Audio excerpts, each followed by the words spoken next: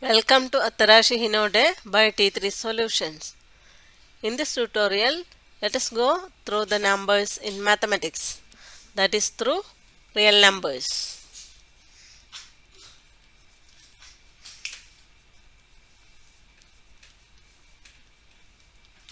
What are real numbers?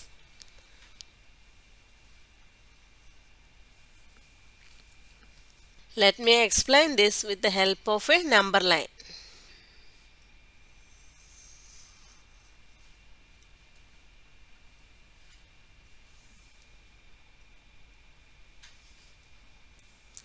For this, let me draw a line which extends endlessly on both the directions.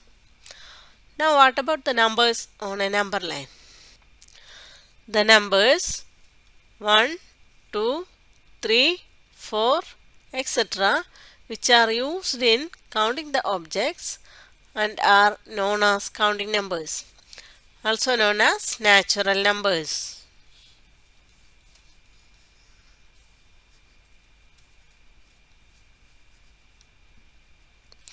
We denote natural numbers with n.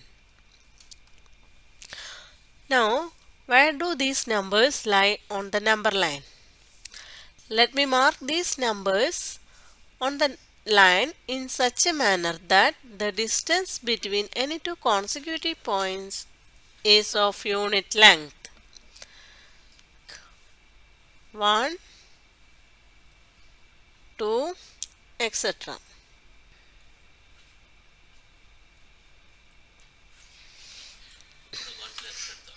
This represents the set of natural numbers.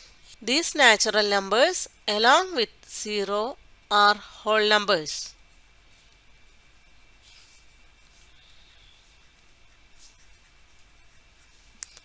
We denote it with W. Now, where is the position of 0 on the number line? 0 is to the left of 1. Let me mark 0 here so that the distance between 0 and 1 is as same as that between 1 and 2.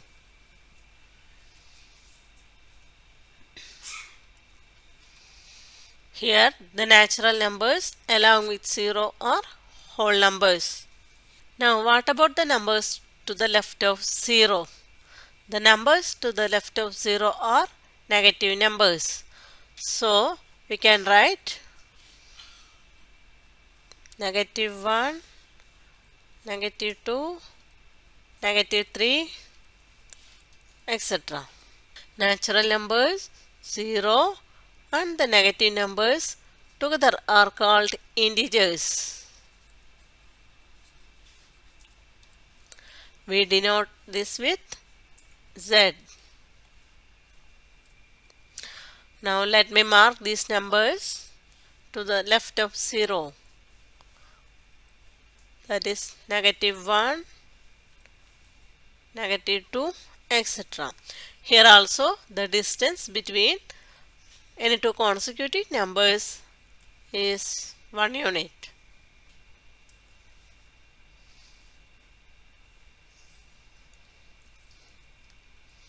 Here the natural numbers are integers, 0 is integer and the negative numbers are integers. Here the numbers we marked are all integers. Now what about the numbers between these integers? For that, let me take the line segment 0, 1, that is the distance from 0 to 1. And I am going to divide this distance into two equal parts so that here I will be getting a point. And what about this point? This is nothing but 1 by 2. If I divide the same distance into three equal parts, I will be getting 2 more points. And this will be 1 by 3 and this will be 2 by 3. Now in between 0 and 1 I have taken 3 numbers that is 1 by 3, 1 by 2 and 2 by 3. What about these numbers? These numbers are having numerator and denominator. That means they are in the P by Q form, where P and Q are integers and Q not equal to 0. That is, denominators are not 0. A number which is in the form P by Q, where P and Q are co-prime integers and Q not equal to 0 is called a rational number.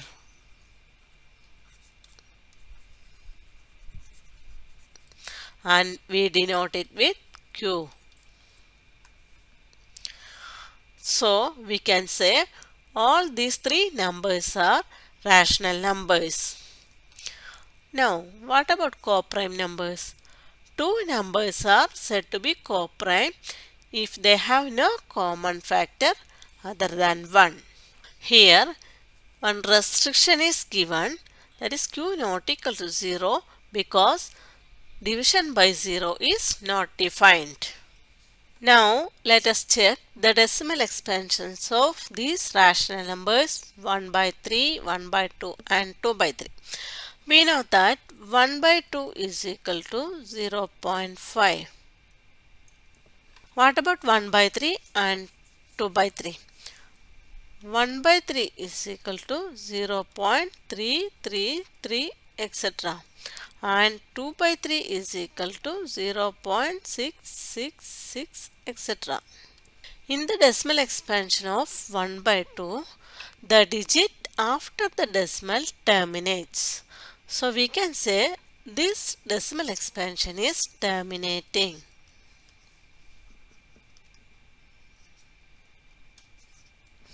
While in the other two cases, the digits after the decimal do not terminate, also they are repeating. So we can say these decimal expansions are non-terminating, repeating.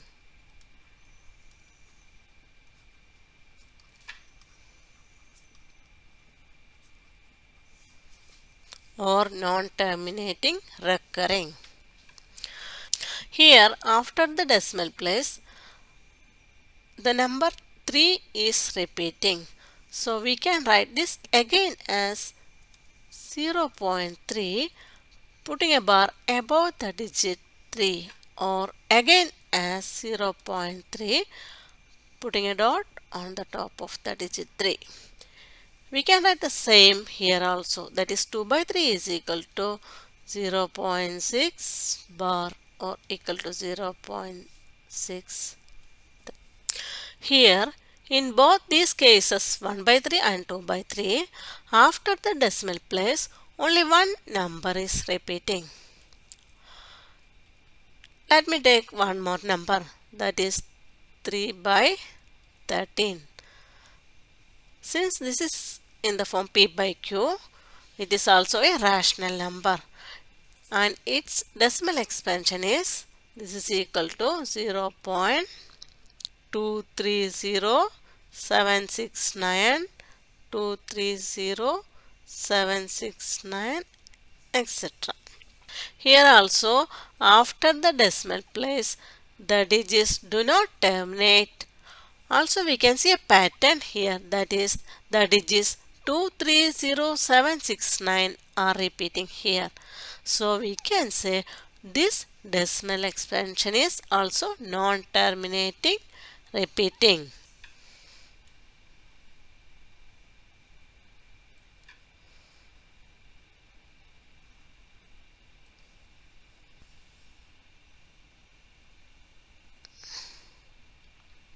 So here the decimal expansions of 1 by 3, 2 by 3 and 3 by 13 are non-terminating, repeating. Also we can write this again as, this is equal to 0.230769, putting a bar on the top of all the digits which are repeating, or again as 0.230769 30769, putting dots on the top of the first and the last digits. On the number line, the position of 3 by 13 comes in between 0 and 1 by 3. That is somewhere else here.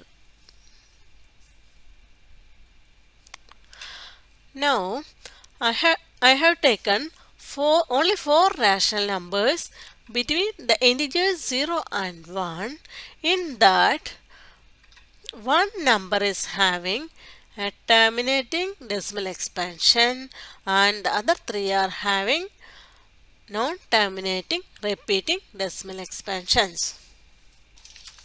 Here we can say the decimal expansion of each rational number is either terminating or non-terminating repeating.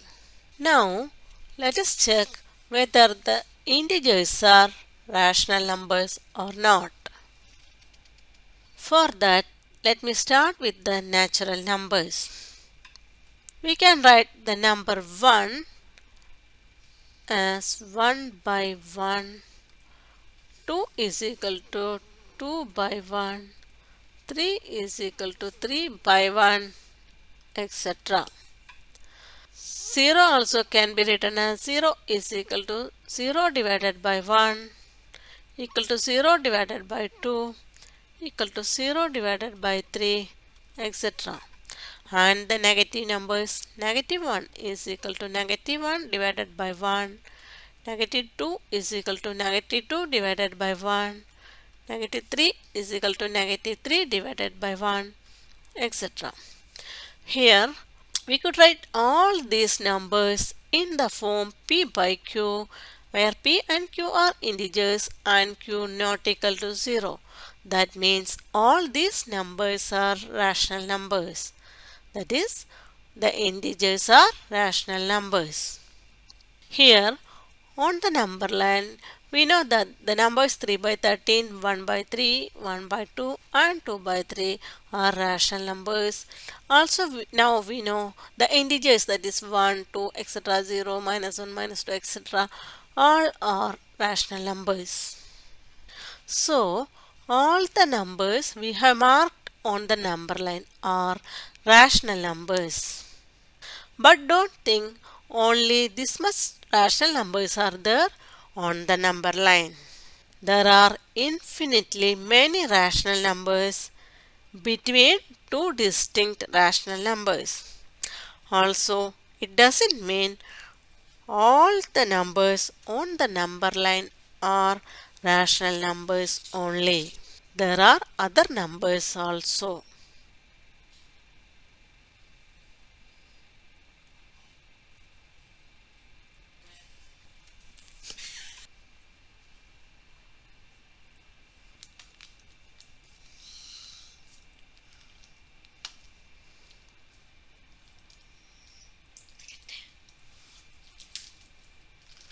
Here the natural numbers 0, negative numbers and the numbers with terminating and non-terminating repeating decimal expansions are rational numbers.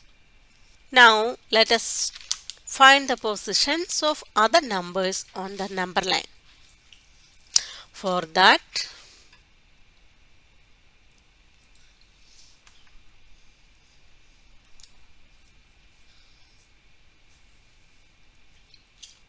I have drawn a right angled triangle ABC,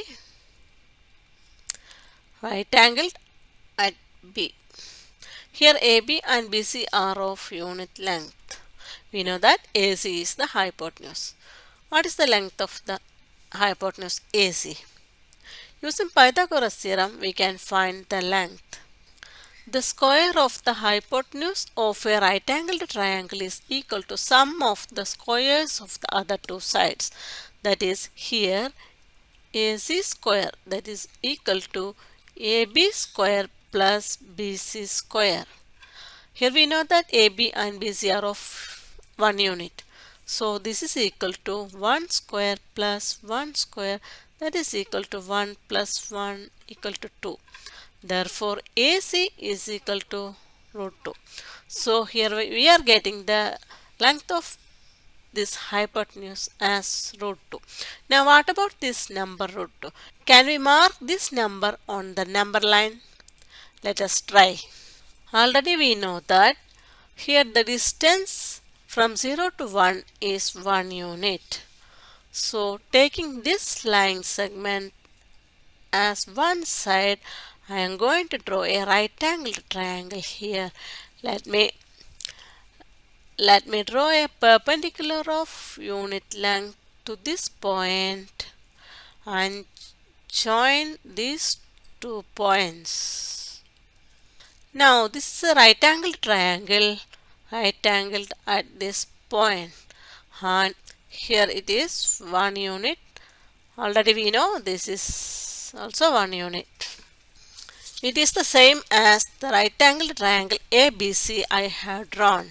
Here this is the hypotenuse, so its length will be root 2.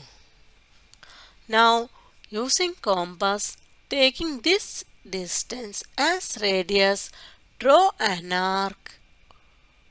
The point where the arc cuts the number line will be the position of root 2. For finding the position of root 3, again draw a perpendicular of unit length to this point.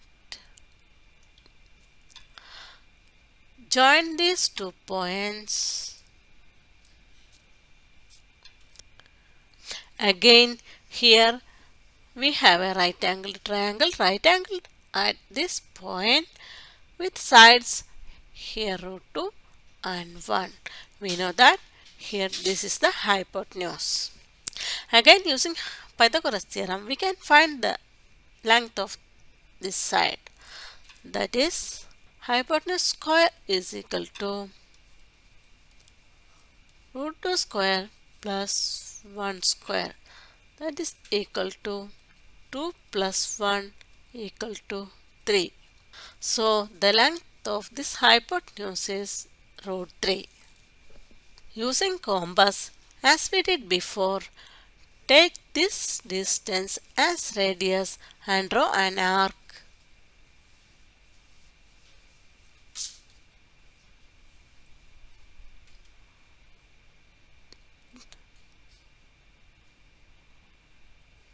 The point where the arc cut the number line will be the position of root 3.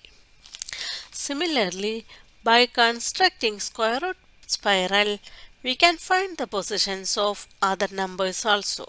Now, what about the decimal expansions of root 2 and root 3?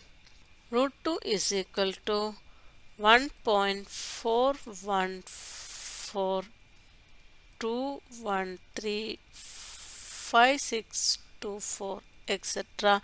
and root 3 is equal to 1.7320508076 etc. approximately. Here, in both these cases, the digits after the decimal do not terminate. Also, we cannot see any pattern here. So, the decimal expansions of these numbers are non-terminating, non-repeating, or non-terminating, non-recurring. A number whose decimal expansion is non-terminating, non-repeating is called an irrational number.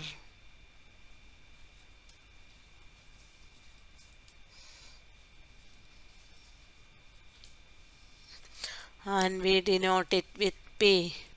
Here root 2 and root 3 are irrational numbers.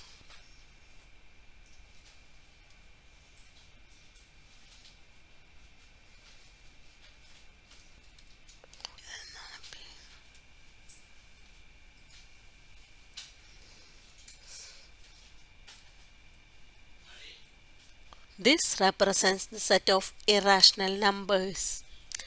Pi is also an irrational number.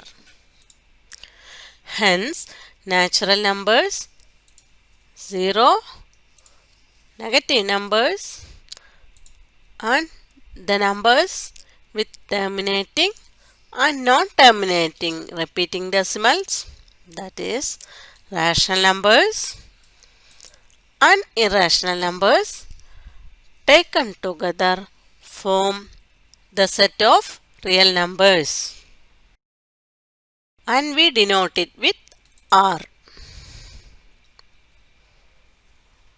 Every real number is either rational or irrational. Corresponding to each point on the number line, there is a real number. This is the end of this tutorial. See you in next tutorial.